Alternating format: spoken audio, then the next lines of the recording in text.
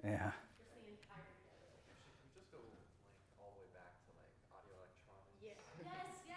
Start sorry. I want to take audio electronics. Anyway, audio electronics, we make one of those. We actually, I have a genuine question. Yeah. Even though we've taken audio electronics already, Yeah. we had like a free spot in our schedule. I asked him this and he said I could. To what? What is your? If we had like a free class where we needed to put a class, could we take audio electronics again? No, because you've already taken it. I asked if I could audit and you said yes. I did. Yes. I don't think Kyle was there. I don't think I said that. So high pass and low passes work boost frequencies, or sorry, shelves. Say that again. High shelves and low shelves are what boost frequencies. Mm-hmm. Or cut. Or Yep. cut them. Yep. You can boost or cut everything above or below a fixed frequency. Okay. Yep. Are passes just the same thing, or are they A pass, there's no. It's actually it's a filter, so it tries to completely remove everything above or below the cutoff frequency. So whereas like a shelf filter, you can kind of say, I want to reduce it by 3 dB or something. With high pass, you're just saying, get rid of everything below this frequency. I don't want any of it, right? And you mentioned it doesn't like completely get rid of anything. It's not like a solid wall. But Yeah, there's a ramp, there's a tail to it, so it's not like you set it to 100 hertz and then 99 hertz is gone. It's 99 hertz is a little bit quieter than 100 hertz, and 95 is a little bit quieter than that, and 90 is a little bit quieter than that, and so on and so forth, right? And eventually it'll get to the point where it's completely attenuating all of it. Other questions? Okay. So, continuing our trip down the channel strip here, let me switch to the view here.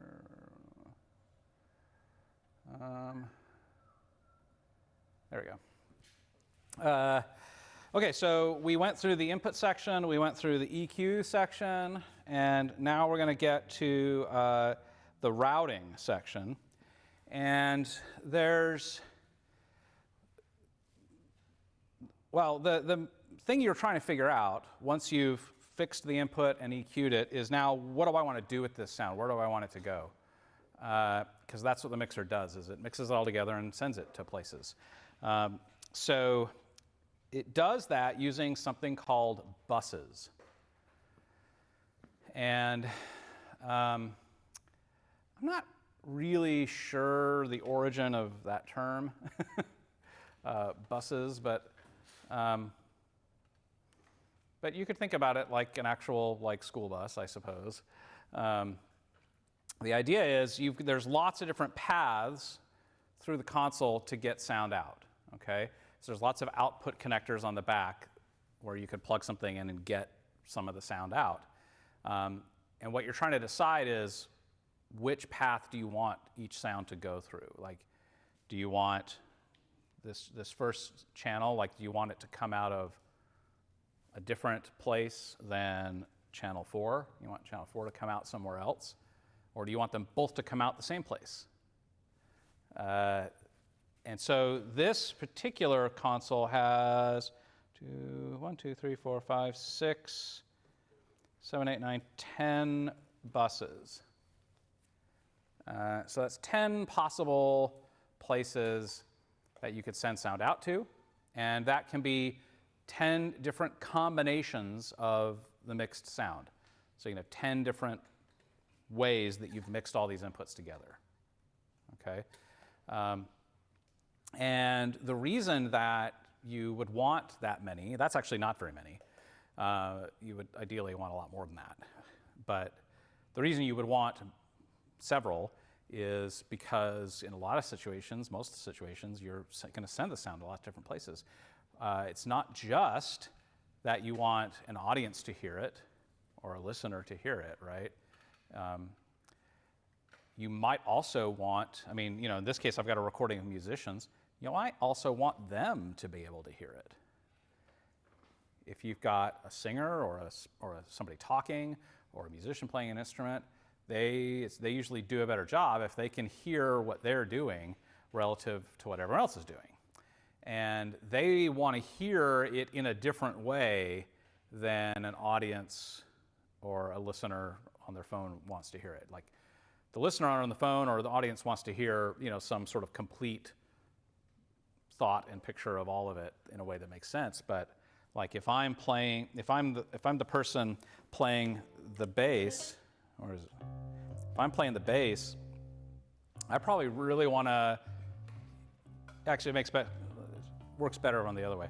If I'm the drummer, I want to hear the bass because the bass is kind of another rhythm instrument, and they need to play really tightly together. And so that bass player is going to want to hear themselves and the drums usually much stronger than everything else.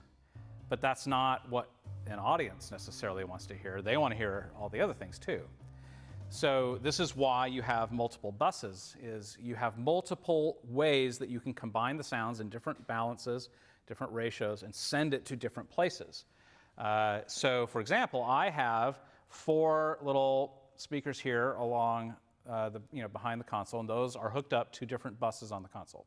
And then I also have 2 buses for our 2 main outputs here that you're listening to, that you've been listening to. But I also, the other thing you might need, the other reason why you might need another bus is sometimes you want to send the sound to another device, like a recording device or maybe some sort of processor that's going to transform the sound in some way, do something to it. It's going to like auto-tune it or add reverb to it or compress it or create an echo effect on it or something like that, okay? Or maybe you want like if it's like a live show, you might have like a stage manager or a control booth or something that needs to hear it. And that could be if it's a space that has kind of like built-in kind of monitoring systems in a control booth like that, you're going to plug that bus output into some device that feeds that system. So I have this little unit here, which is called an effects processor, and I've got it programmed right now to add reverberation to the sound. And reverberation is just it's simulating what's happening naturally in this room, which is my voice reflecting off of the walls and coming back at you. And reverb is to us what haze is to lighting people. Okay, that's the reason why everybody likes to sing in the shower, because that reflected energy that comes back at you off of all that tile kind of smooths out a lot of your imperfections and mistakes and makes you sound a lot better, okay? And so we tend to, it's really common to artificially add reverb into a sound mix, okay? So I have a device here that does that, and I am feeding it through one of the buses on the console, okay? And then it'll make the reverb and then bring it back in, and I can now use that reverb as one of my sounds that I'm going to mix with, okay? So that's kind of what the buses do, is it's just different places you can send the sound in different combinations to different outputs. Or sometimes it just gives you a collection of sounds that you can kind of merge into one place and then control them together. That's the other thing you can use a bus for. So I'm going to take you through that. There are 2 kinds of buses, okay, that you're going to encounter most of the time. There are auxiliary buses. We usually call those AUXes for short, AUX, auxiliaries. And then there are groups. AUXes and groups. And every console will have some combination of AUXes and groups, okay? This console has 6 AUXes, and what I would describe this as 4 groups. Okay? 4 group buses, 6 aux buses. These 6, this row of 6 knobs here, you've got the 2 green ones, the 2 blue ones, and the 2 white ones. These are the AUXes. And what happens here is you've got aux 1 is the first one. And so this row here, this first row of green knobs are the aux 1 controls for each input. Okay? And then if you look over here, there's this row here of, it's another copy of those same colors. These are kind of the main output or the master output controls for those auxes. So, for example, if I wanted to, let's say aux 1 is that drummer who wants to hear some of the drums and wants to hear the bass. Okay, so what I'm going to do is I'm going to turn this knob up to add some of the kick drum into aux 1, and I'm going to turn this knob to add some of the snare drum into aux 1, and I'll turn that knob to add some of the cymbals into aux 1, and then it's this one that's the bass. I'm going to add some of the bass into aux 1. Okay, so I've got 3 drum signals and 1 bass signal that's going into aux 1. So all that sound now is showing up here. And if I want to hear it, I have to turn this up, and it's coming out of that aux 1 speaker now. Okay, so this is that monitor feed now for the drummer who wants to hear the drums and the bass. And so when they say, you know, more me in the monitor, you would go over to these drum aux sends and turn up the drums. Okay, and they get more drums. I say less bass, you turn down. Oh, not too much. Okay, I can get a little bit more. All right, more kick. I can't hear the kick. Okay, well, so usually when they say more kick, you really just need to turn the other things down. Little pro tip there. What they say they want isn't always what they actually want you to do. Okay? So I've created an aux 1 mix here of sounds, sent it out through the aux 1 master, and it goes into that speaker there. Now, if I want to make this go away now, I just turn that down and I don't have to hear it anymore. Now, that kills it for everything, right? I mean, no one hears it now. All right. These first 2 auxes, the auxes can behave 2 different ways. They can behave pre-fader or post-fader. These first 2 green ones are pre-fader auxes, which means they will work independently of the position of this channel fader. So if you noticed, all those faders were down, but the sound was still going into the aux. It's because these are pre-fade auxes. So the level you dial in to these auxes is not connected in any way to what the fader is doing. Can you think of some reasons why that might be important? Yeah, okay. If you want to send it to the drummer, but you want it to be at a different volume for the audience, Yeah. you don't want what you're doing on the console to interfere with what they're hearing.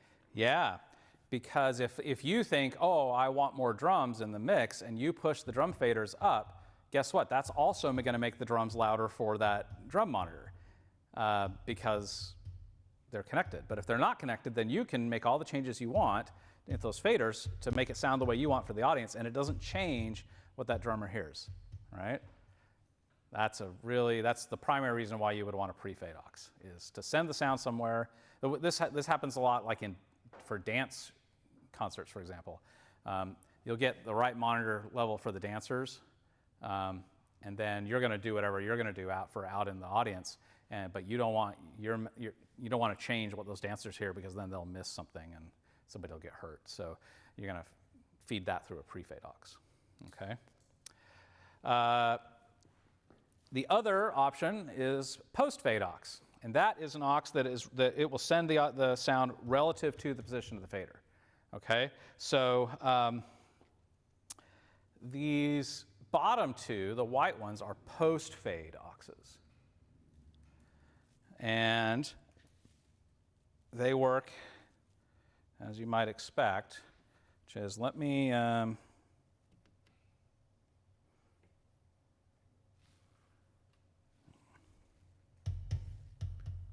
see if I'm getting, there we go. Okay.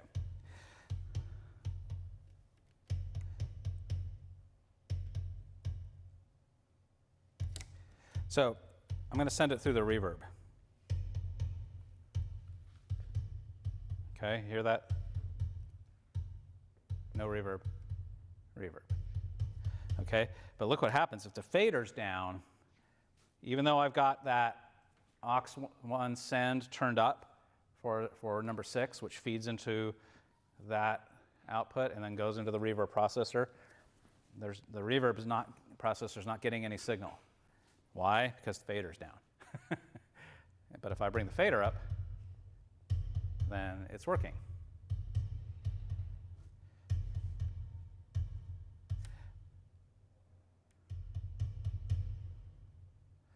Now, the reason that you would want post-fade auxes is, like for something like this, I don't want to hear a reverbed drum if I've taken the drum out of the mix. But just because I've done that doesn't mean I don't still want to hear the reverb on something else. So like if I want to hear the reverb on this guitar,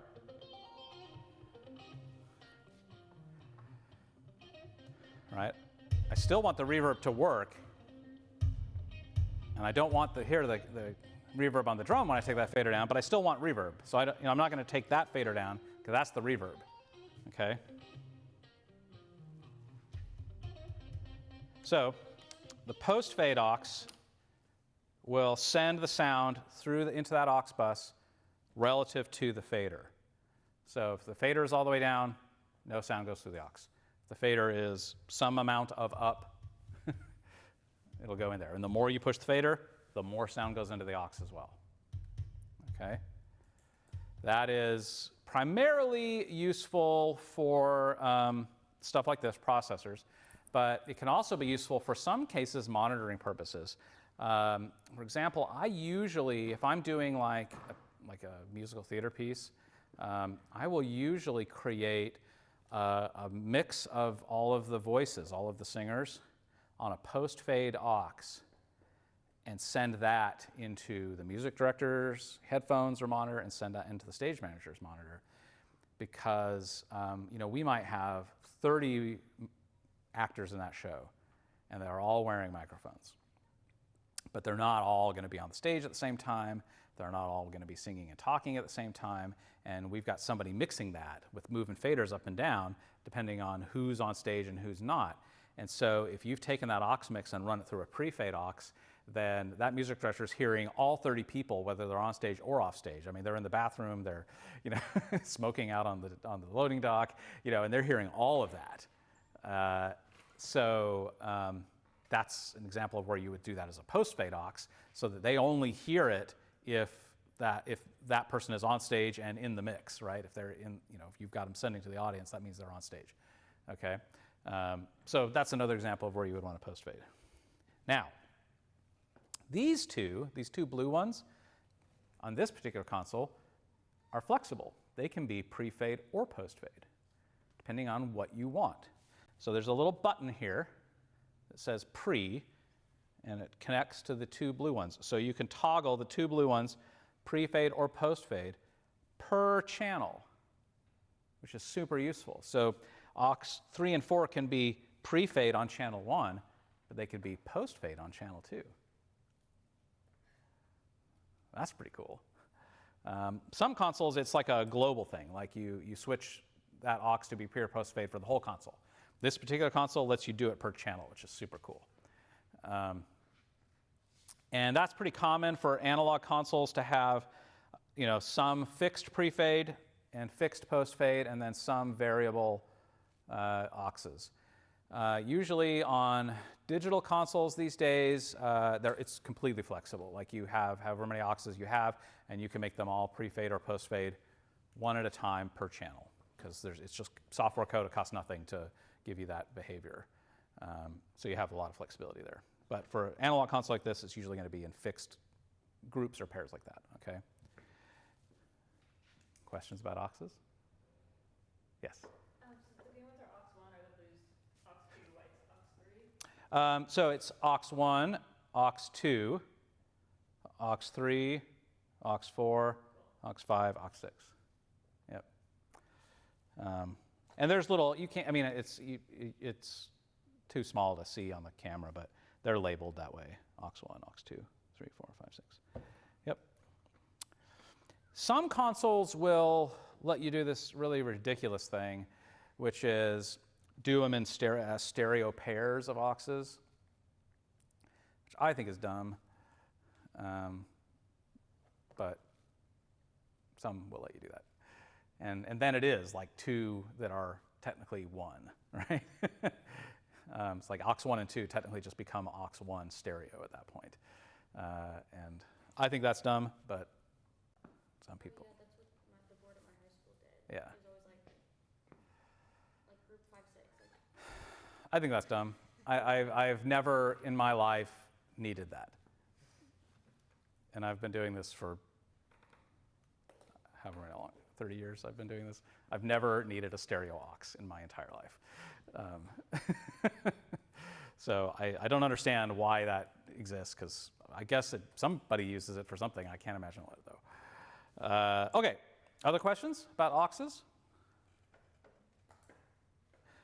Okay, well then let's talk about groups.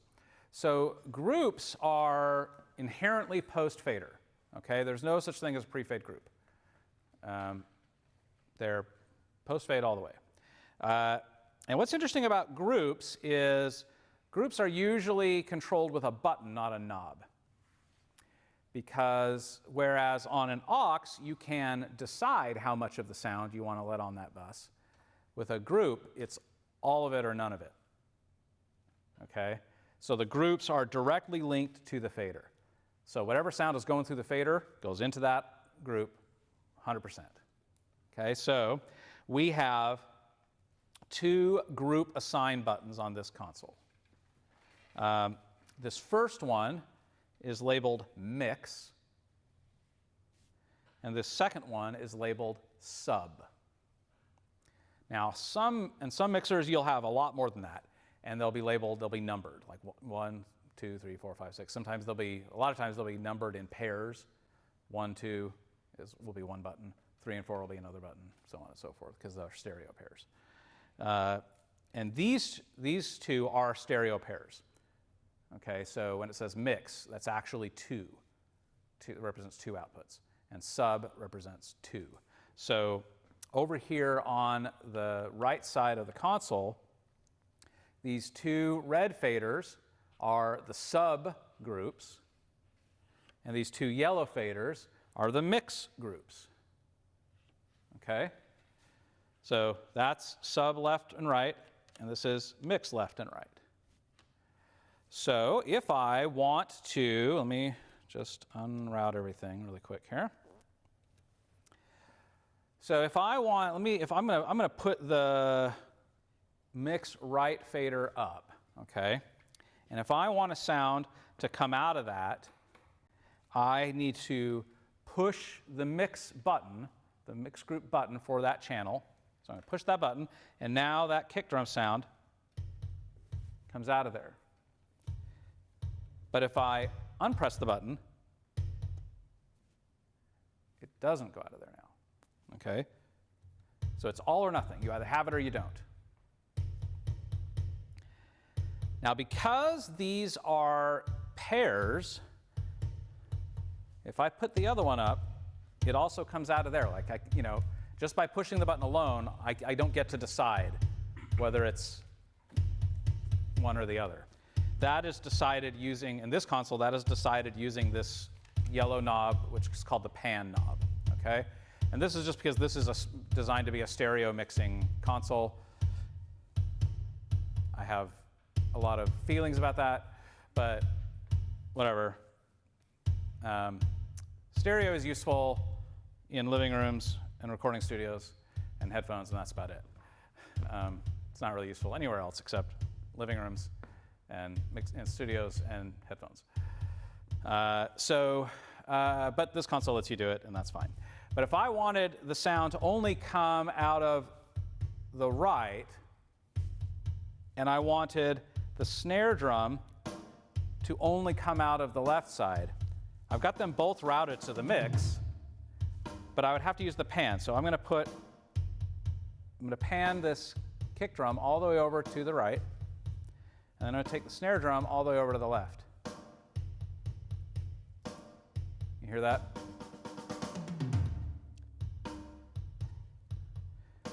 But if I take the mix button, it still gets rid of that snare drum. It takes it out, right?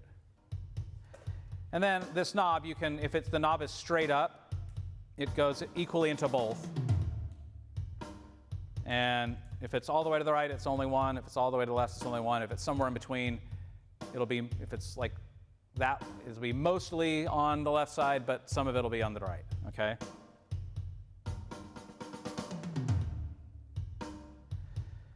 Okay, so that's your mix group. Now, what about your subgroup? Well, you have a couple of options here. There are actual outputs on the console attached to these faders. So you could actually have these go out to loudspeakers or recording devices or something if you want to. I don't have that hooked up right now. But this would be usually used for the thing you're going to use it most often for as a physical output is going to be when you've got multiple loudspeakers, right? Maybe you've got a center cluster, maybe you've got something on the left side, something on the right side, maybe you've got something directly overhead the audience, you've got something behind the audience. You would usually feed those through group outputs. So that you can decide which sound you want to have come out of which speaker, and you would do that through groups because the audience is going to hear them. And my rule of thumb is if the audience is supposed to hear this thing, it should go out of a group. If anything besides the audience needs to hear it, it should go out of an aux. Okay? That's my rule of thumb. So if you're trying to figure out, should I do this as an aux or do it as a group? Well, is the audience supposed to hear it? If the answer is yes, do it through a group. The reason for that is because groups are inherently 100% post-fader, you are going to be somewhere in the audience. And therefore, you are going to be hearing what the audience hears and responding accordingly. So you want to make sure, like if you're the one pushing the faders up and down, and you are in the audience, you want to make sure that what you're hearing is 100% reflective of what you're doing. And the only way to do that is to put it through a group. But you have no idea what the drummer is hearing in their monitor unless you decide to plug in some headphones here and preview that output. But just sitting out there at the front of house mix position, you're not going to naturally hear that. And so that's something you wouldn't want to have be on a group because you don't want to change that in response to what you are hearing, because you are not hearing what's going on with that. So that should be the aux.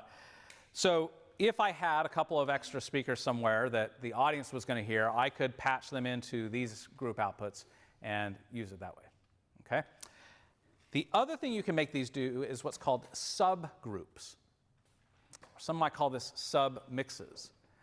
And the idea behind subgroups is maybe you've got several input channels that are related to each other in some way. For example, I have 3 inputs that are all drums. And when I am going to mix this, I don't necessarily, when I want more drums, I don't necessarily want to have to push 3 faders up and down. So what I could do is I could take all the drums and let's reset these pans. I can put them into the sub group. So I'm going to hit the sub button for each of those. And then over here, there's these buttons over top here. And one of them says mono and the other one says mix. Mono represents a different output on the console. So it's like a little extra, it's not technically an extra bus, but it is an extra output that you can access under certain circumstances. Don't worry about that. We're not going to use that. But what we are going to use is the mix button. So what happens is if I hit that mix button here, then it takes whatever is on these red faders gets sent to the main mix faders. So watch this. I'm going to create my, well, let me do it this way first. I'm going to put it into the mix first, and I'm going to get a blend of these drums that I like.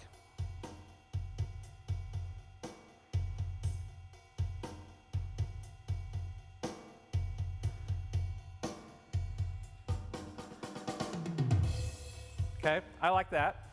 I like channel 3 a little bit quieter than the other ones. So that's what I'm going to do. I want to keep that relative balance. I don't want to risk messing that up because I like what I've got here. So if I decide I want the drums overall louder or quieter in my mix, I don't want to have to put my finger on 3 faders. So what I'm going to do is take it out of the mix group, put it into the subgroup instead, and now I can mix these as one thing. And if if I'm not doing stereo, which I don't really do a whole lot of, then I'm going to go ahead and pan all 3 of these to the left, and then I can just do it on one fader. And, ooh, I said this wrong. If you push, I remember now, if you push mono, what it actually does is takes, if whatever sound is on any one of these, it just routes them to both mains. Okay, so now it should be coming out of both sides, right? There we go. So now I've got one fader for the drums. And I don't have to push 3 faders in order to mix those drums. And then I've also got I've got these 2 piano ones.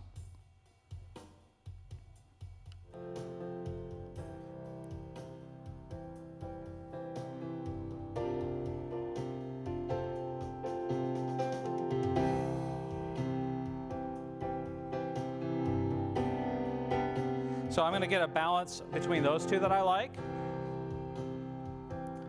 And then I'm going to pan them over to the right and put them into the subgroup as well. And now this other fader will be my piano fader. So I've got an overall drums. I've got an overall piano. And then I've just got these, I've just got the bass and the guitars that I have. So everything's now one fader. So I got one fader for the bass, one fader for the acoustic guitar, one fader for the electric guitar, one fader for the drums, one fader for the piano. All right? So that is subgroups. So you don't have to use groups as a physical output. You can use them as submixes that then go out to the mains. Questions about that? Yes, Kai. Re-explain the mono since you... Yeah, I steered you wrong on that. So the mono, some mixing consoles do have that feature where there's an extra output that they hide, and you can push that button and it goes out. I forgot that that's not what this means on this console. What this means in this console is when you push mono, it basically it takes each of these faders, so any sound that's on one of these faders gets sent to both of the stereo outs. Okay? So instead of the left one going to the left main and the right one going to the right main, it just says the left one goes to both left and right, and the right one goes to both left and right. And they're both separate. Yeah. Yep. Yep, top button says mono, so that's what that's for. Like I say, in some mixers, you'll see a button like that, and it'll actually mean an extra output. But I don't think that, let me just check. Does it have one of those? Sometimes they mean 2 things. Ooh, it does. It does have an actual extra output as well. So 2 things happen. And that's why the buttons are separate. So if I unpressed the mix button on this, then they do just go out of a single output. But if I push the mix button, then they also get routed mono to the mains. So it's a dual function. That mono is a dual function button. It does 2 things. It actually sends it to a physical output as a summed mono mix, but it also sums that mono mix and sends it to the mains. It does both. But since you don't have anything plugged into the mono, Doesn't matter. It's if you just wanted it to go out to the mono, and you didn't want it in the main mix, then you would just push the mono button and unpush the mix button, and now it's just going to the mains. So it's just going to the mono and not the mains. Make sense?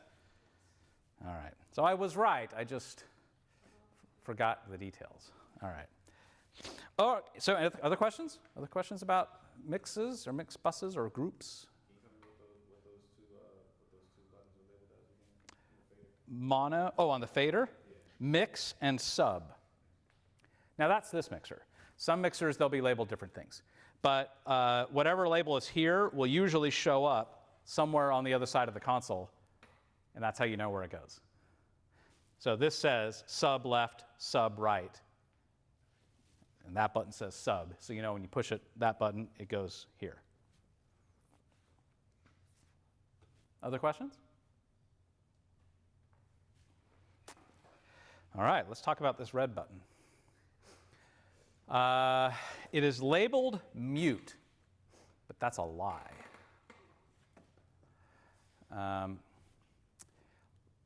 There are two different functions that this button could have.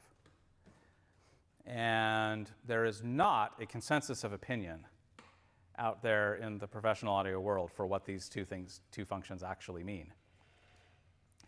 But the two functions are now for our purposes, we just need to agree on what they mean for us so that we can talk about them. And there's no point in debating it. I'm just going to tell you what I think it means, and that's what we're going to do, okay? So what I think mute actually means is something that is a true mute button is the equivalent function of taking the fader all the way out. Which means a true mute button, if you push it, will still let all of the pre-fade auxes work. Right? Because pushing a mute button just is equivalent to ducking the fader all the way down. And that can be useful sometimes. If you've got a level that you like on that input channel and you don't want to mess with it, but you do want to make it go away in the mix, having a mute button can really help. You just mute it and then it's not in the mix anymore. But the drummer gets to still hear the monitor mix. That is what true mute means for our purposes.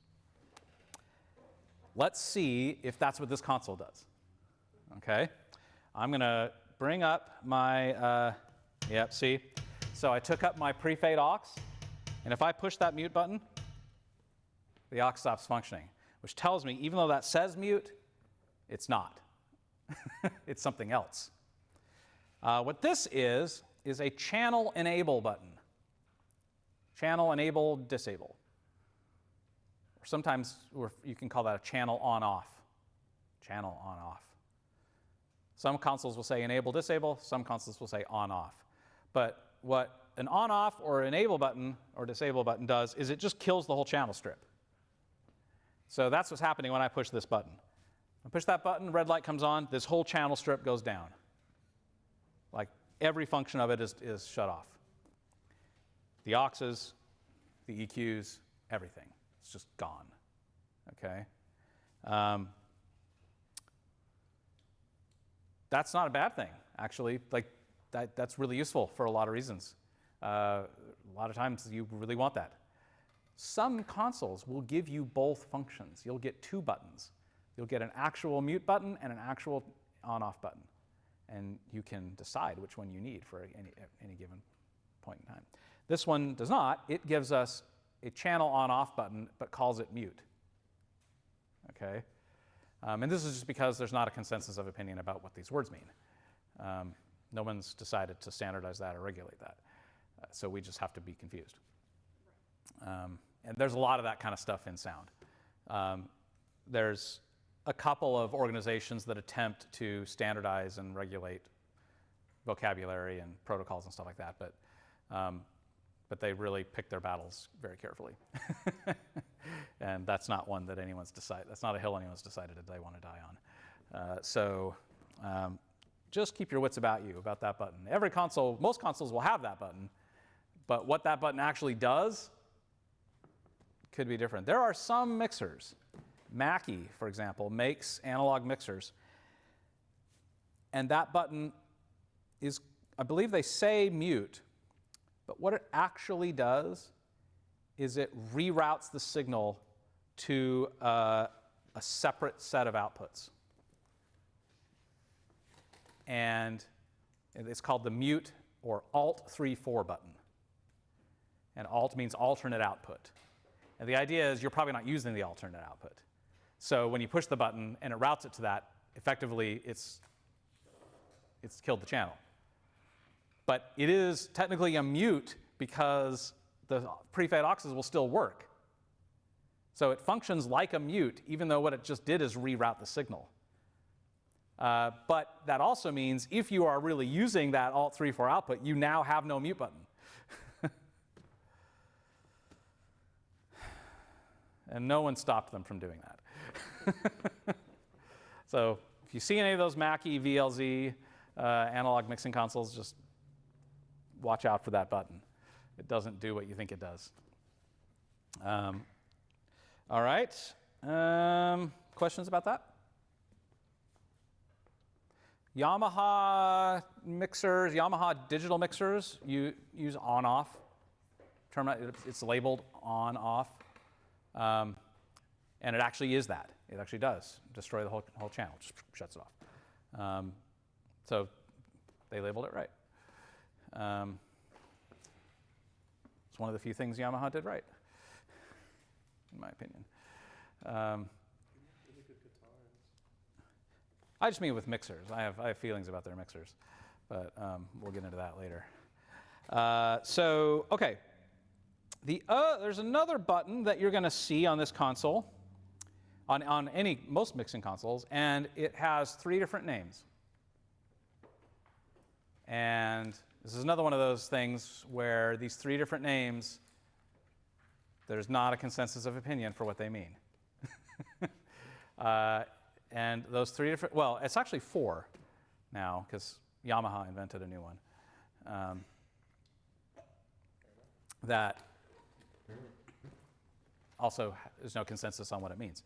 But those 4 things are solo, PFL, AFL, or Q, C-U-E. You will see at least one of those 4 things on pretty much any input channel on a mixer. And they could all mean the same thing. But they do actually, for our purposes, we need to decide what they're going to mean, okay? AFL and PFL, there's a general understanding, there's a consensus generally of what those mean. So let's start there, because those are the ones that you're going to find generally there's not confusion about. PFL stands for pre-fade listen. Pre-fade listen. Now that's what this button says, PFL. The buttons on this mixer say PFL.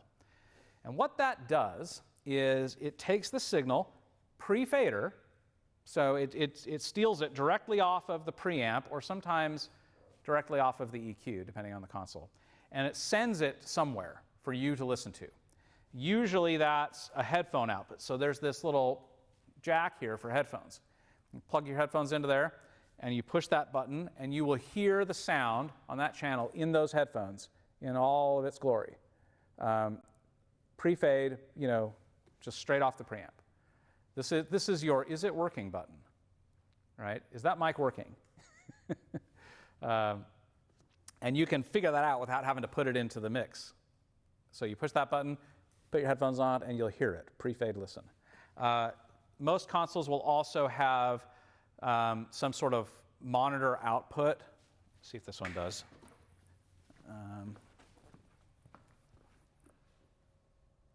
Yep. So it's got a monitor output left and right that you could connect to speakers. Like if you're in a control room that is acoustically isolated from where the audience is, then you push PFL and it'll route it into those monitor outputs and you'll hear it out of speakers. Okay. but it'll be pre-fader. AFL stands for after fade listen. And that's because if they did post-fade listen, then it would still be PFL. So whereas AUXes, we use pre-fade, post-fade. Once you turn that into an acronym, you have to think of a different word for the post-fade part. So they use after fade. So AFL, after fade listen. After fade listen, you push that button, and same thing happens. It goes out to the headphones or goes out to the control room outputs, but it's relative to the fader, which means if the fader's down, you still won't hear it. AFL usually shows up on output buses. So like all these AUXes have AFL buttons. So if I just want to hear, for example, if I want to hear what that drummer is hearing, I can push the AFL button on AUX 1, and then I will hear that drum monitor mix in my headphones. But it's AFL, it's after fade listen, which means it's relative to the, it responds to the, in this case, the knob, not the fader. Okay, I was gonna Right. ask, like, it's not actually after fader because that's Yeah, pre-fader. the fader, yeah, it's a pre-fade aux. So the after fade refers to this main volume control for that aux output. So that's after fade listen. Generally, those terms are well understood and mean the same thing no matter what console. Solo, however, is one of those ones that is pretty widely misunderstood. The origins of solo come from studio, like recording studio mixers. And the idea behind solo is you want to hear a channel and figure out what's going on with it without having to hear everything else, but without disturbing your mix. So you push a solo button, and what it does is it mutes all the other channels and lets you just hear that one for a minute. And then you unpress it, and it unmutes everything again. So that's what solo does, which means it probably, if it's a true solo, it's not a headphones thing. It's like part of your mix, right? You hit solo, it mutes everything else so you can hear just that one thing. Totally not useful for a live show, but super useful in a recording studio, where you might have a lot of channels in front of you and you just are trying to figure out, wait a minute, where's this coming from? Let me just solo that. And it mutes everything else so you just hear that sound. And you're like, okay, I know what that is. And then you unmute it, okay? So that's what solo means. Now, some mixers will have buttons that they label as solo, but it's actually a PFL. It doesn't mute anything. Its function is pre-fade listen. It sends it to headphones pre-fader. It might also be an after fade listen button. If it says solo on an output, it's probably an after fade listen. Okay. Yamaha, in their digital consoles, uses the term Q, and it basically is PFL. But yeah, they call it Q, but it's actually PFL. Okay. There might be, we'll see when we get one out, but there might be a way to manipulate the behavior of that. But by default, it basically functions like a PFL. So those four different words are PFL, AFL, solo, and Q. They could mean the same thing, but they also could mean different things. But for our purposes, PFL is pre-fade listen, AFL is after fade listen, solo is mute everything but this, Q is something that Yamaha invented that means PFL to them. Why they didn't just use PFL, I don't know. You'd have to ask them. Is there any other difference because like the Allen Heat consoles use PAFL?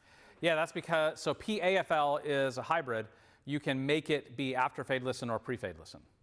So there's some sort of toggle setting that you can put somewhere on their digital consoles that say, this will be a pre-fade or it'll be an after fade, you decide. And it's really easy to do that on a digital console. It's just code. That's really hard to do on an analog console. So sometimes you will see PAFL on digital consoles. It probably usually will default to PFL on an input and AFL on an output, but you can decide. Okay? Any more questions? Okay. Did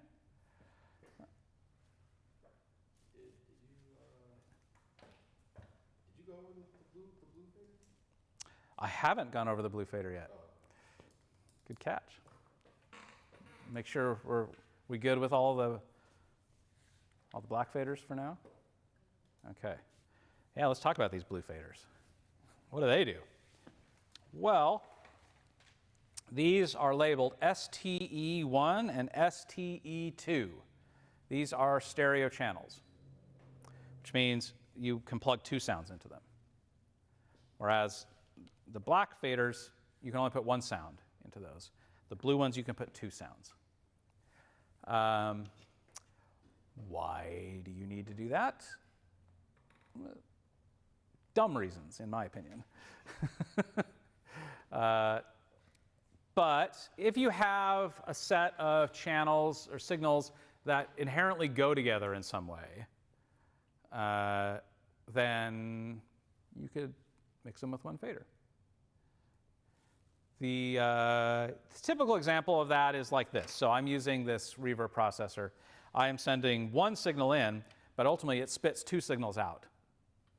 It puts out 2 different reverberation effects that can be thought of as stereo. But in practice, it doesn't really, it's not really stereo, technically. It's not doing imaging, really. It's just 2 different reflective patterns. And I'm probably not ever going to mix those separately. They'll always be together. So in that case, I do have that going into the STE1 because I only really need that on 1 fader. The other example of that would be like if you have an actual stereo source, like an MP3 player, something like that, or a flash SSD playback device that is going to be outputting pre-mixed content, something that's already been mixed into stereo by somebody in a recording studio.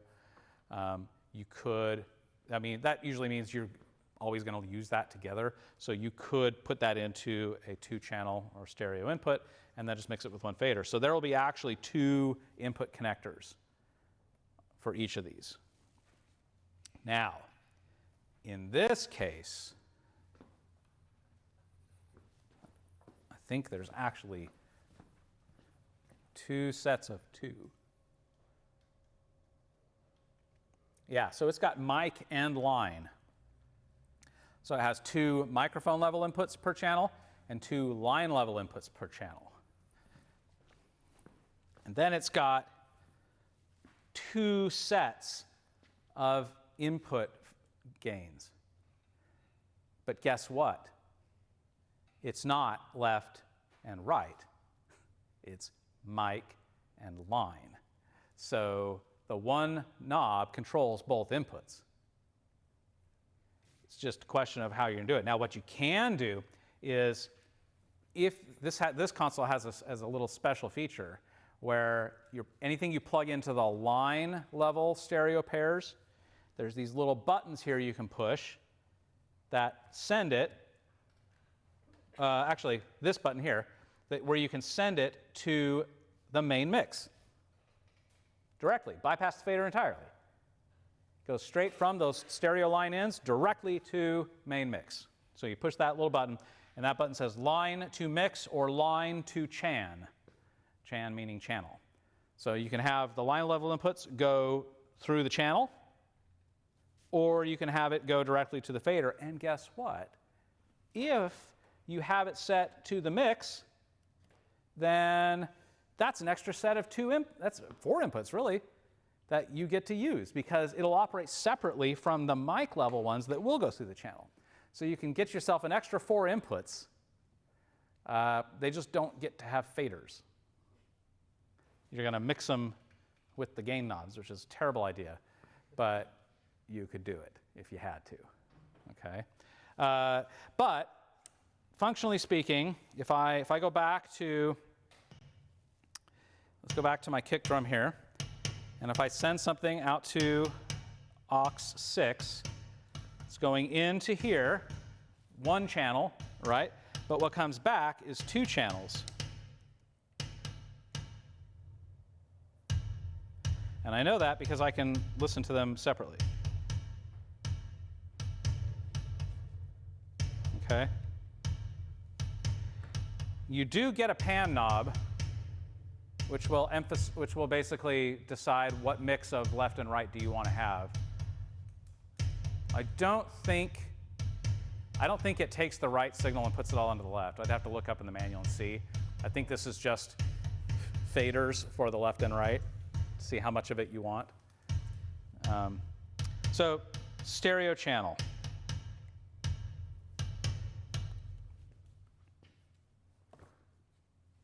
But other than that, it works exactly the same as the mono channels. There's just two sounds running through it instead of one.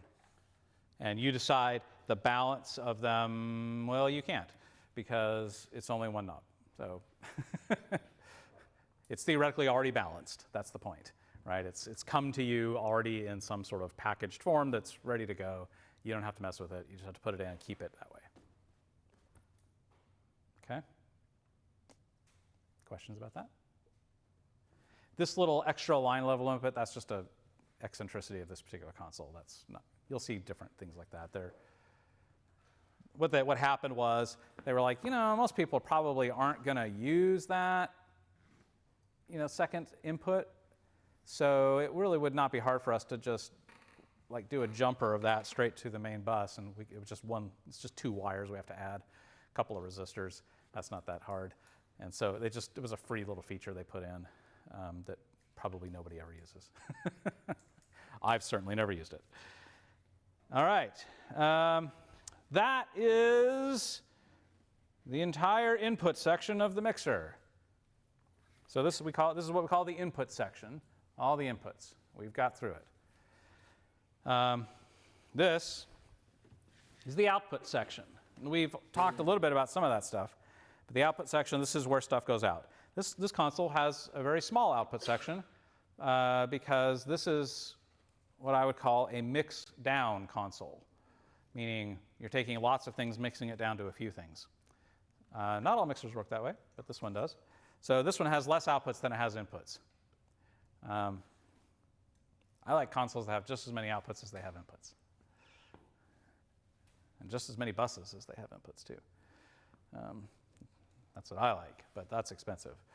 So some of the things we talked about that will happen in output section is usually you will have what we call main. They'll sometimes be called main, sometimes they'll be called masters, sometimes they'll be called central controls, whatever, but they're the one fader to rule them all or the one knob to rule them all.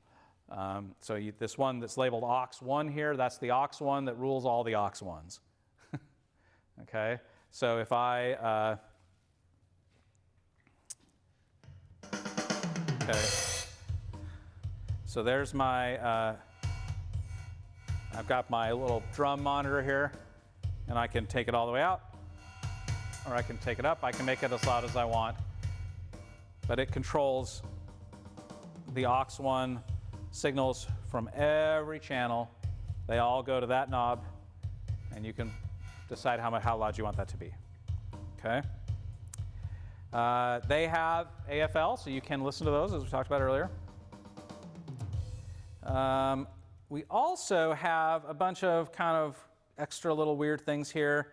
For example, you've got knobs here to control the headphone output and the control room output.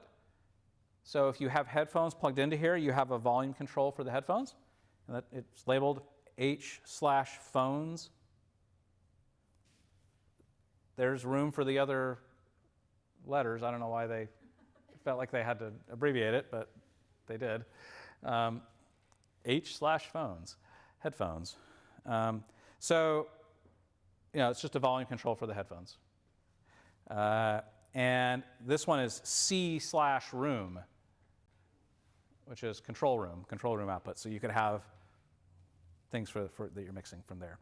Now, these other buttons here that are next to these are your monitor sources. Okay, and this basically says if I don't have a PFL or an AFL button pressed, then what am I hearing out of the headphones? Nothing or something. And if it's something, what is it? So your options are, you have a mono button, which I suspect means that the headphones will always be in mono. You won't have the sense of left to right. That's useful because sometimes you don't necessarily want to like put the headphones on. You just want to like hold one side of it up to your ear really quick, and you just hear if something's coming out of there. And you don't want to be confused if it's coming out of the right side, and that's not what you have pressed up against your head.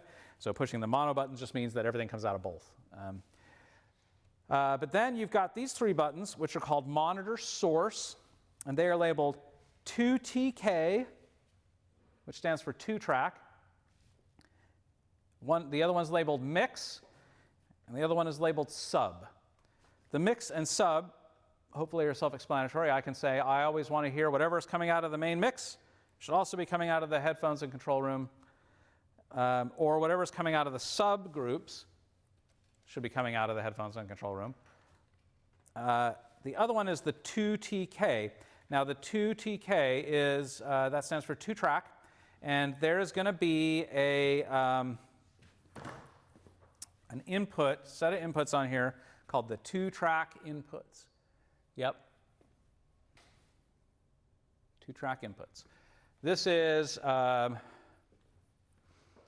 they're RCA inputs, which means this is like, back in the olden times, this would have been your tape player. Something, or it could be your MP3 player or something like that. This is now you can use that there's probably, so there's a button here that says 2-track, 2-mix. So you can have your little phone plugged in to that, and this is like when you're on break, you can just like listen to your own music on your headphones by hitting the 2-track, 2 monitor button, and then like you can just put on the mixer headphones and listen to your own stuff. Or if you're doing like a sound check and you want to listen to your own stuff and you don't want to have to repatch anything or mix anything, you can plug your phone or your MP3 player or your computer into the 2-track inputs and push 2-track to mix, and then you can just turn this little knob, this labeled 2-track level, and it'll just play whatever's on that input directly out to the main system. So this is for you. So you can like listen to your own stuff. Yeah. It's the fun button. Yeah. That's, I think, most people use it for. It's just, this is. So the 2-track is an input. Yeah. There's a 2-track input. There's a couple RCA connections. So yeah, you'll plug your phone into that probably. Yeah. It actually would probably end up being like an 1/8" to RCA fan, like split, you know. Yeah, that's usually what you would do. Sometimes I learned the hard way. So I did 3 seasons of repertory opera back in the late 90s, early 2000s. And I had this problem where I would come back the next day and like stuff had been messed with. And I eventually figured out what it was, is the people that would come and clean the theater, like the vacuum stuff, like they wanted to like listen to music on the sound system, and they were trying to like, you know, play something from, you know, put a tape in or something, or we still had tapes and CDs then. And they were trying to do that for some reason. I don't know why, I don't know who told them that was a good idea, but they didn't know what they were doing because I had it set up a special way. And so they were trying to do it, and they would mess everything up. So I learned I just would have a little extra cable sitting there that would just be the fun cable. Like, just listen to stuff. Yeah. Oh, look at that. USB-C to RCA. So there's a little digital to analog converter chip in there somewhere. Find me a lightning one. I get up to 5 meters away. So if you have a little headphone plug just dangling there with a little label on it, you know, that can help mitigate that kind of problem. You just, use me, plug this in, and then they can hear it, and you don't have to mess with anything. Hopefully, the real answer is don't mess with my stuff, but, Bring your own speaker. that's right. Okay, so that's this. These other ones here are called the stereo returns. These are another set of inputs. And generally, stereo returns, the return is like something like this, where I'm sending the sound into a processor and it returns back to the console. So some people will put the reverb into the stereo return. I don't like that because I like to mix the reverb, and I don't want to mix with a knob. But some people will do it. So it's got, you've got a green knob and a red knob. The green knob is for aux 1. So stereo return 1 can go into the aux 1, pre-fader it says. And stereo return 2 can go into aux 2 if you want it to, also pre-fader. But then the red is actually a level, and you can have it, there's a toggle here where the returns go to either the subgroup or the mix group. Sub or mix, sub or mix. So if I wanted to, I could take the reverb output of this thing, put it to the stereo return, and I could hit mix, and then the red knob would just be the main level, and that would go out into the mains, and I would hear the reverb. If I wanted to be able to mix it and I wasn't using my subgroups, I could put it into the sub, and then those faders would be my reverb faders. If I'd maxed out the inputs, someone I needed 2 more faders somehow. So it's just a way to get 2 more faders. So you've got 2 stereo returns, and they can behave that way.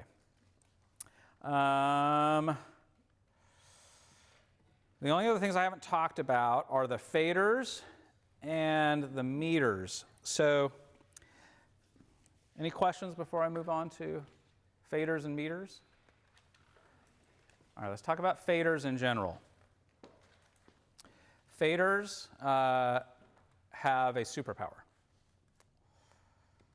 Remember when I said that the preamp is the most expensive part of the console? The fader is the next most expensive part of the console.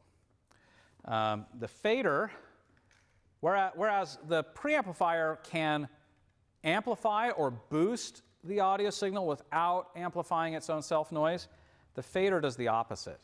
The fader reduces the audio signal and has very low self-noise itself, right?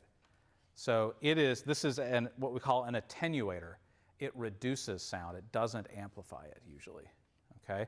Which is why it's labeled the way it is. Let's see if I can zoom in and let you see this, because this is super important. Let me zoom in close enough where you can see.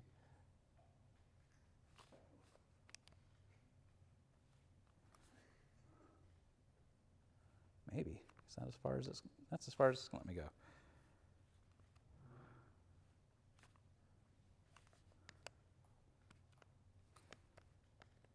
Okay, so I don't know if you can see this, but the fader is labeled, that's 0. So that line is labeled 0. This is labeled 5, 10, 15, 20, 30, and then at the bottom it says infinity.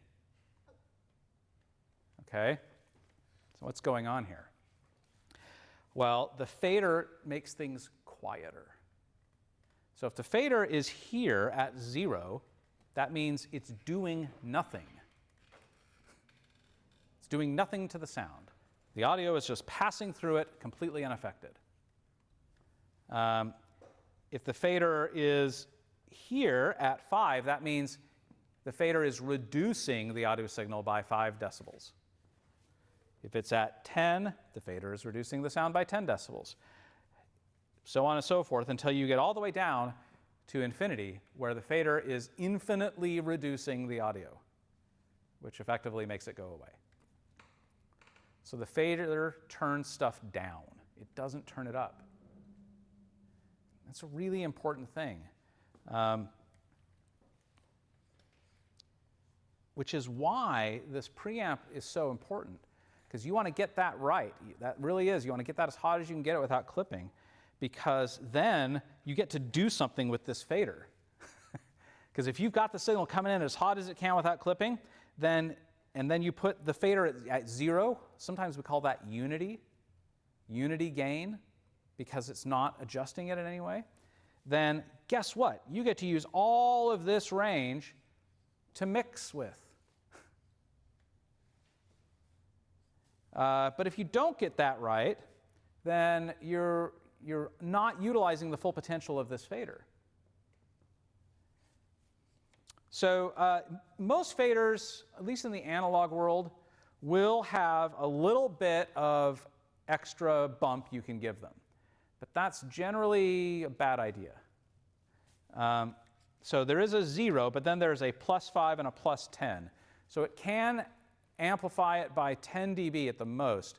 The reason that's a bad idea is that if you've done your job with the preamp, then pushing it past unity or 0 will clip. So generally speaking, you're not going to push past unity very often. But sometimes you might need to.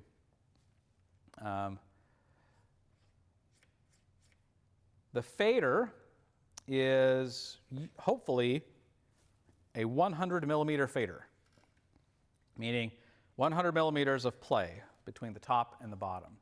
Some mixers will be a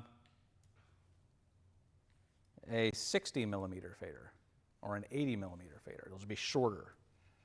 That's really terrible because there's not a lot of room to work with. So it's worth the extra money to pay for 100 millimeter faders. On cheaper mixers, it'll be shorter faders, and that's not great. But the reason that that you want the full 100 millimeters is you want to have this range. You want to be able to put it wherever it needs to be. There is no right place to put the fader. Did you know that? There's plenty of people out there that will tell you, oh, well, you want the faders to live at unity. You want them to live at 0. Yeah, that's what I've heard. And no, that's hogwash. If the fader was always supposed to be at 0, you would just have a button, right? There would be no -10, there would be no -20, it would just be a button. Either the fader's up or the fader's down, right? The reason this is the biggest control on your mixer is because you're supposed to be moving it all over the place. And it's supposed to be at lots of different places. It's not supposed to just sit one place and never be moved again. It is the closest thing to you, and it is the largest control, which means you're supposed to be touching it often and moving it often, all over the place. The preamp is the thing that's the farthest away from you, and it's usually the smallest control on the console, which means you should be touching it the least. You set it once and then never touch it again unless something clips, right? It's really far away. They put it far away so that you will be disinclined to touch it in the middle of the show. Okay? Kai, you got a question? Yeah, so when you're setting the preamp, is the best place for it that fader be 0 when you're setting the preamp, or is that just... No, because remember, the preamp is all about clipping the input. And that has nothing to do with where the fader is. Okay. Right? I can clip this input with the fader all the way, just with the fader at -30, I can clip this input. Right? So this is the gain or the preamp. The way I like to think about it is we do, as sound designers and engineers, stop. Some of what we do is science, and some of what we do is art. And what makes a good sound designer is somebody who can do both of those things really well, or equally well. That's really hard. It takes smart people to be good sound designers, because to be a good sound designer, you have your right brain and your left brain function has to be really similar. Like, that has to be really balanced, because you got to be able to do both things. And not a lot of people can do that. So sound designers tend to be really smart people because their brains work really efficiently. Both sides of their brains work really well because you need that. Because some of what we do is creative, artistic kind of stuff, and a lot of what we do is scientific, analytical stuff. This knob is science. This is where the science happens, the game. You are solving a science problem by trying to maximize your signal-to-noise ratio. That's what you're doing with this knob. And there absolutely is a right answer to where that knob goes. And the right answer depends on what's going in there, but there is a right answer, and you got to find it. The fader is totally subjective. Where should that fader go? I don't know. It goes wherever it sounds the best. And where does it sound the best? I don't know. It depends. Where does your creative mind think it sounds the best? So you're engaging the creative side of your brain when you're pushing this fader up and down. You're engaging the scientific side of your brain when you turn this knob. Okay? And so if this is where the art happens, there is no right answer. It's probably going to be all over the place. It might be here at one point of the show, and then 5 minutes later, this might be the right answer. And then 20 minutes later, that'll be the right answer. And sometimes it's even faster than that. Sometimes it's like, whoa, okay, a little bit louder, a little bit quieter. Okay, oh, they got quiet, and you're moving this up and down constantly. That's what you should be doing, is responding to what you're hearing and putting this in the right place for any specific moment in time. So it is the closest thing to you, and it is the largest thing because you're supposed to be touching it the most and moving it the most. Okay?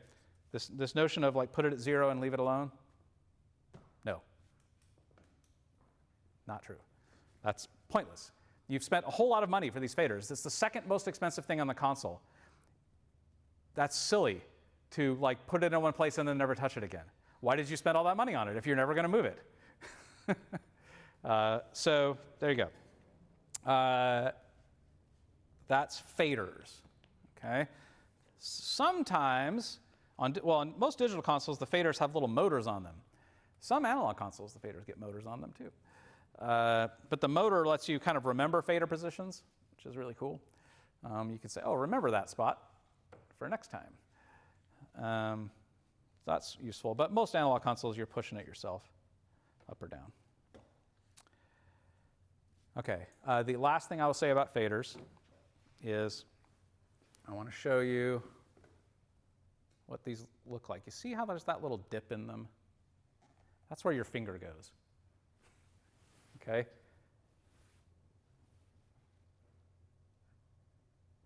Right? It cradles your finger perfectly.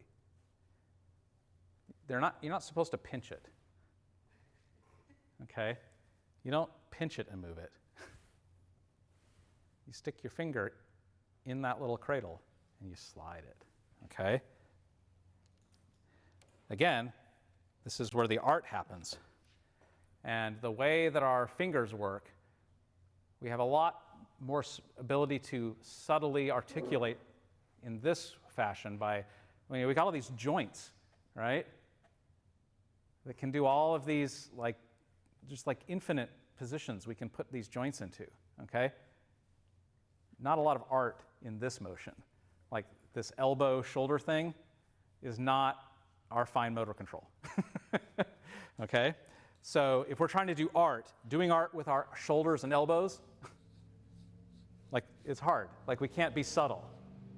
But we can be really subtle with the tip of our finger. Okay? So you put the tip of your finger inside that little cradle and you make art. Okay? If I ever walk up to the console and I see you pinching faders like that, you're going to get an earful from me. Okay? You're out of here. Those were the good old days when I could kick somebody out for no good reason. Now I have to go through 6 months of paperwork, and I have to send you 3 warning letters and a probation, and then wait 3 semesters, and then I can kick you out. And even then I have to defend it with 100 pages of, But less money. Yeah. Less money for the city. Yeah. Once upon a time, we could kick anybody out for any reason, and we didn't have to explain it.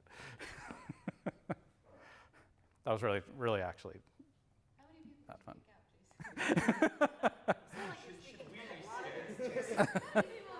I wasn't one of those. I mean, there were definitely professors at School of the Arts back in the day that were like, "You're out of here." At a moment's notice, you'd be gone. I was never one of those people, but I would dismiss people at the end of the year sometimes if they just weren't cutting it. But can't do that anymore. So no, I won't kick you out because you pinched the fader. I used to be able to. I could have done that, but no, I'm not gonna do that anymore. But I will get after you about it. Don't pinch the fader. That's not nice to the fader. Can't make art with your elbow and your shoulder. Do it with your fingertip. Okay? I don't know why. Everybody pinches faders. I don't know why. Doesn't make sense. Okay? Last thing is the meters. Okay, so we got 2 different kinds of meters here. There's 3 different kinds of meters you're going to encounter.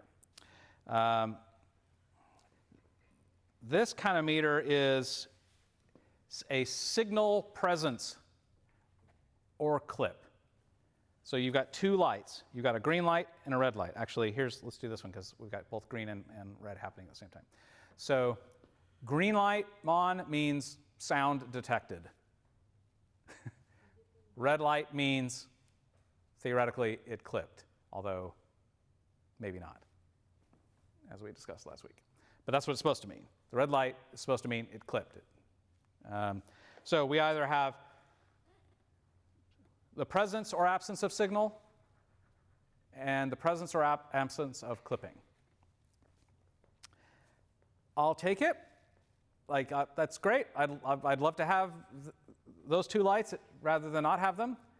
But if I had the ability to influence it, I would like a bit more information than that. Because the presence or absence of signal, while useful, is not as useful as knowing, the difference between having signal and not having signal could be a difference of, there's a range there of somewhere between infinity of nothingness or completeness. I could have all of the sound or infinitely none of it, and everywhere in between. That's a huge range between everything and infinity. Everything and infinite nothingness is enormous. And trying to capture that in one light, I would like more information, please, if I can have it. And so some mixers will give you this kind of meter. Oops. Okay, this kind of meter, which gives you a lot more resolution. This is called a peak program meter. And what a peak program meter does is it's a really fast meter that tells you exactly how much sound you have at any given point in time, and it's got a lot of resolution. So it's labeled, the bottom light is labeled -20. And then there's 0 is there, about halfway up. And then the last green one is +9. And then it's got 2 yellow lights, and the 2 yellow lights are labeled +12 and +15. And then the last light is red, and it's labeled +18. So what's going on there? Well, last week, remember we talked about this +4 dBu output label on this thing? And I told you that represents 1.23 volts. So 1.23 volts is called professional line level. And that is otherwise known as the nominal operating level of this audio electrical circuit.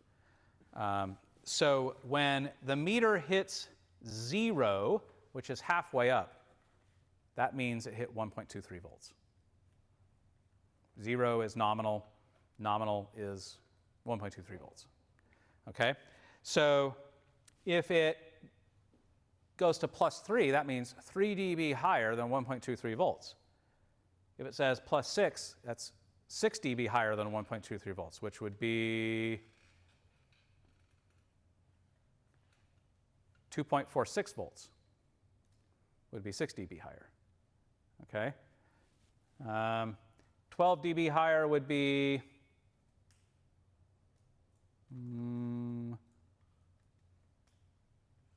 a little over 5 volts. Okay? And then eventually you hit the point where it's plus 18, and that represents the highest voltage that the circuit can handle without clipping. And that is what we can do the math to figure that out, but it's whatever it is. There's a maximum voltage of the circuit. So 0 is the nominal level. That's like what we would consider normal. And then you can go up to 18 dB more than that and not clip it. Anything more than that, it clips. And then if it's minus 3, that means it is 3 dB less than 1.23 volts. You can go all the way down to minus 20 dB, and that is 20 dB less than 1.23 volts, which would be 0.123 volts. So 0.123 volts would be minus 20 dB. And this particular meter, if it's less than 20 dB below nominal, it doesn't tell you that. So you don't get to know that information on this particular meter. Ideally, you would, some meters will give you more than that. That's super useful, right? Knowing where you are and how much headroom you've got. Do you have room to go up? Do you have room to go down? How close are you to that nominal level? That's useful. And it tells you instantly. Peak program meter. There's another kind of meter that you'll see mainly on analog consoles, but some digital consoles will try to mimic this, and it's called a VU meter. And a VU meter is usually represented by a needle. So it was like a little, like a half clock, and the needle would go, like an applausometer, right? It was called a VU, stands for volume unit. And VU meters are really lazy. They're slow. They kind of respond really slowly, which means they're doing something different than what the peak program meter is doing. They're kind of showing you an average. They're kind of like, well, generally this is what's happening. Sometimes it's a little bit louder than this, sometimes it's a little bit quieter than this, but generally we're hovering around here. That's what a VU meter does. And so it's labeled in numbers, and those numbers represent some arbitrary, it's not entirely arbitrary, somebody's figured it out, but volume units, okay? So it's a much more kind of like squishy value. But, you want that meter to be kind of hovering around straight up, usually. That means you've got, if it's hovering straight up, that means your gain structure is probably pretty good because you've got room for peaks to go higher than that without clipping, and you've got room to go quieter than that without like hitting the noise floor. So this one doesn't have VU meters, but some consoles do.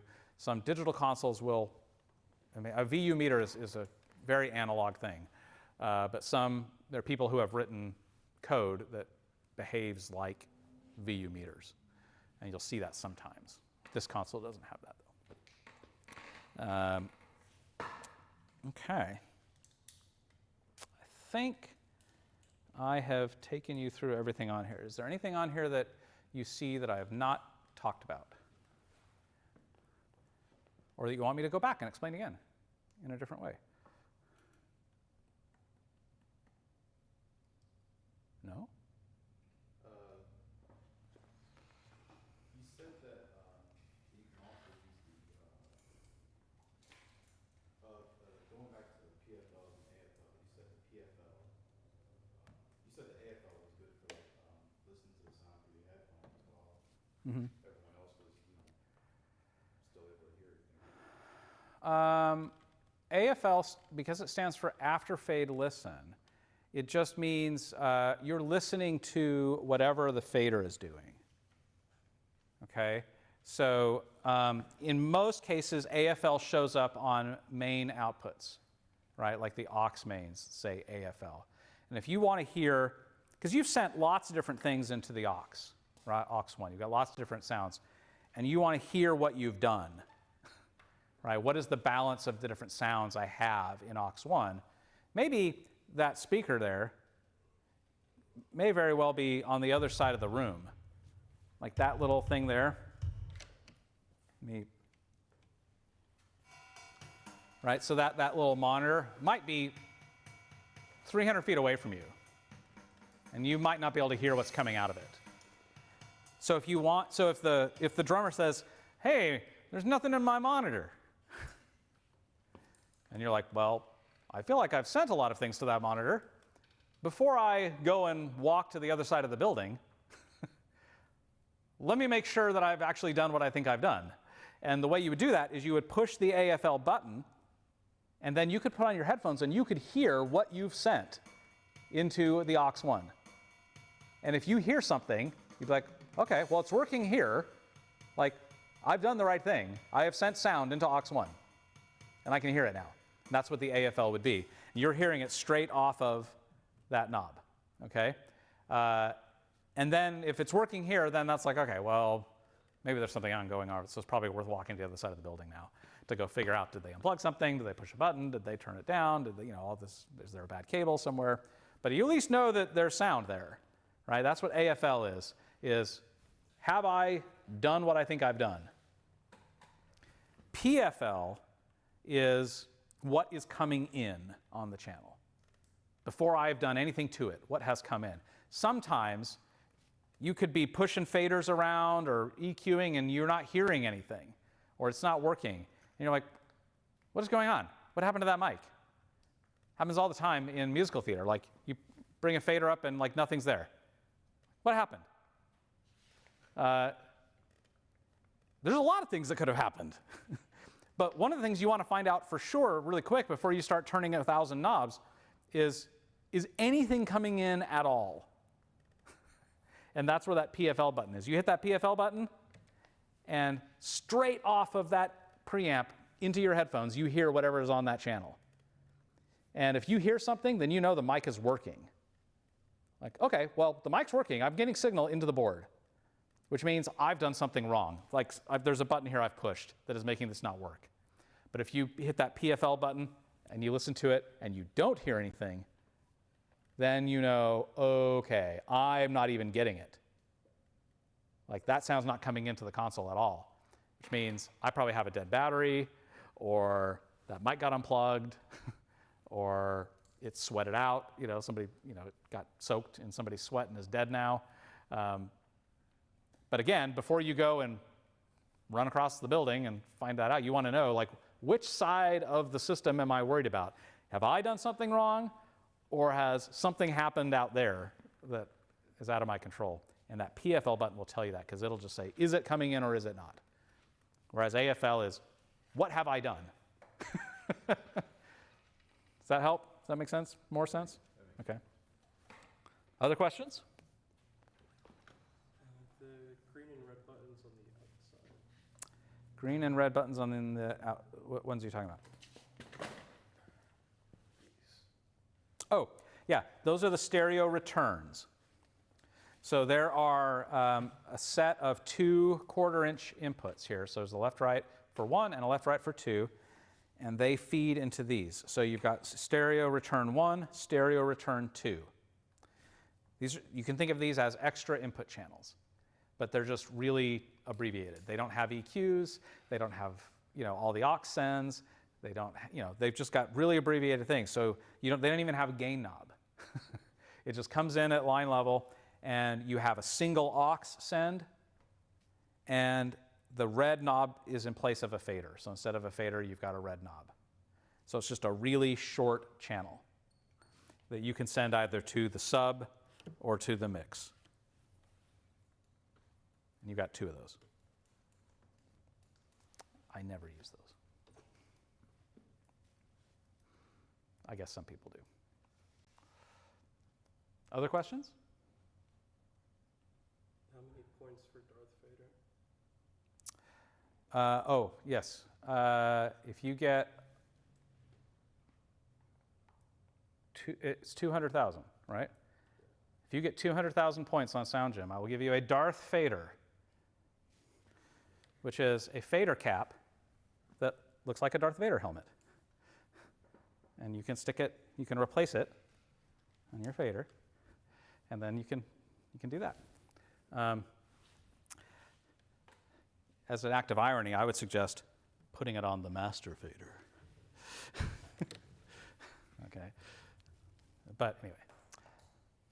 I have 3D printed some Darth Vaders. And they are actually made out of touch-sensitive, conductive PLA, which means if you use them on a digital mixing console that has touch-sensitive faders, it'll still work. Okay, it'll know that you've touched it. Okay, so I have some of those in my office. So if you get 200,000 points on Sound Gym, I will give you a Darth Vader. What consoles have touch-sensitive faders? Most digital mixing consoles do. Yeah. Okay. Other questions? Does Darth Vader have a divot in his head? Yep. It cradles your fingertip perfectly. No pinching, no pinching. No pinching. No pinching Darth Vader. I don't pinch faders. Okay. Other questions? Are you a pincher? Are you a fader pincher? I'm being accused wrongly. Okay. How do you feel about pushing a fader from the back of it instead of cradling it? That's what Oh, like nudging it like that? yeah. Well, you can't be, that's like even less art. Because like, how do you pull it down? Yeah. I would call that scooting it. Yeah, that's not useful. Don't do that.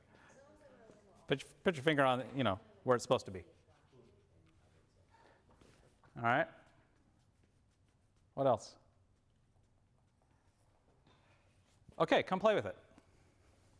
I'm done talking.